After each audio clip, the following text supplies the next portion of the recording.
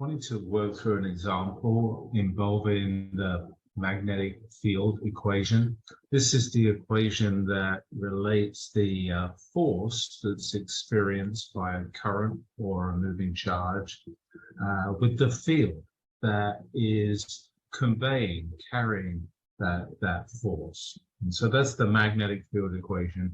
We previously met the electric field equation and the gravitational field equation. So in this particular problem, we're told we've got a power line and its length is 58 meters and its current is 2,200 amps, 2.2 kiloamps. We're told that that power line is immersed in the Earth's magnetic field, like we're immersed in the Earth's magnetic field. And at the location of the power line, the size of the field is 5 × 10⁻⁵ Tesla. The direction of the field is 65 degrees below the power line. So just to indicate that in this sketch here, this angle here, we'll call it theta, is 65 degrees. And so we see in this sketch in red, the power line from left to right. In green, the magnetic field lines that are angled 65 degrees below the power. And the question is, well, look, you've got a current, which is moving charges, in a magnetic field, which conveys magnetic forces. So what is the magnetic force? Specifically, what is the direction of the magnetic force? What is the size of the magnetic force? And to answer those two questions, the direction of the magnetic force will use the right-hand rule. The size of the magnetic force will use the magnetic field equation that relates the field to the force. So let's go through those two steps. I'm going to start with the direction, and then once we've figured the direction, we'll figure out the magnitude of the force.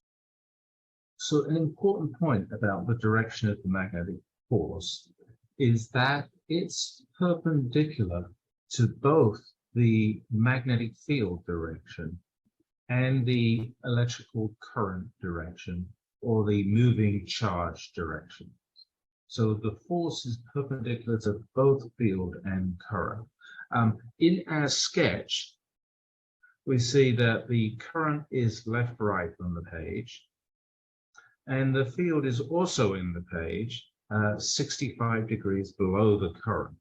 And so the page, you think of the page as a plane, and in that plane is living the current that goes left to right, and the field that goes both left to right and up to down.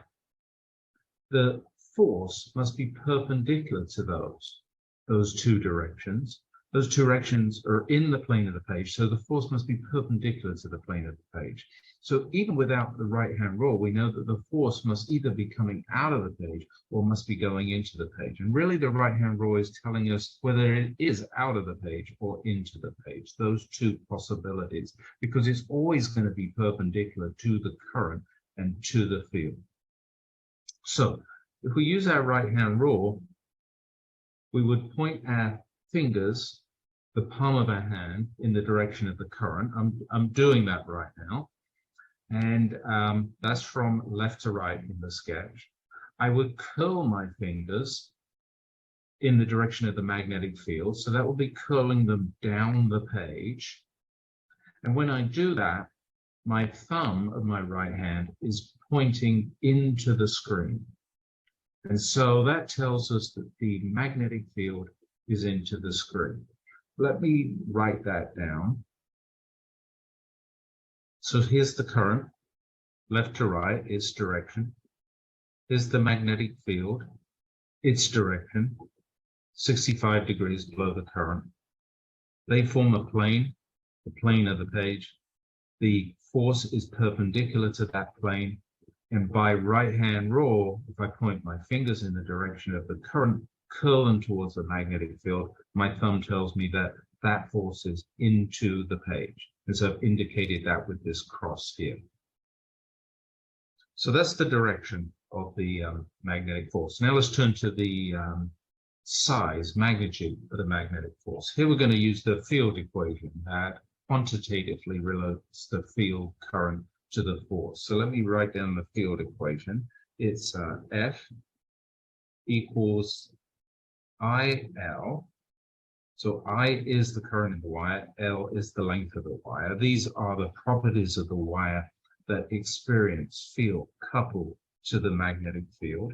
Then we're going to multiply by the field strength itself, and it depends on the direction of the current in the field or the direction of the field with respect to the current. There's this factor sine theta. And so that's the field equation.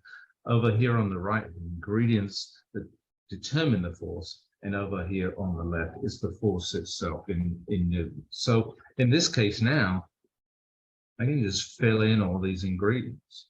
We know we've got 2,200 amps flowing in the wire. We've got a wire that has a length of 58 meters.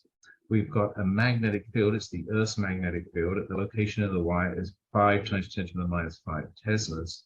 And we've got a angle, we call it theta, between these two directions of the field and the current, that's 65 degrees. So sine is 65 degrees. And I've already calculated this quantity. So it comes out to be 5.8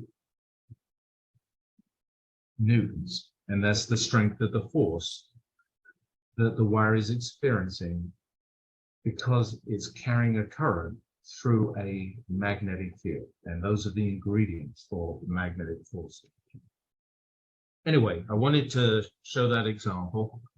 It's an example of this relationship between the field and the force for in this case, electrical current, but a similar equation for a moving charge.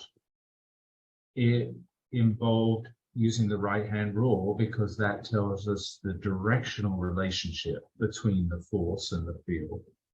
And then it also involved using the field equation because that tells us the magnitude or size of the force based on the field.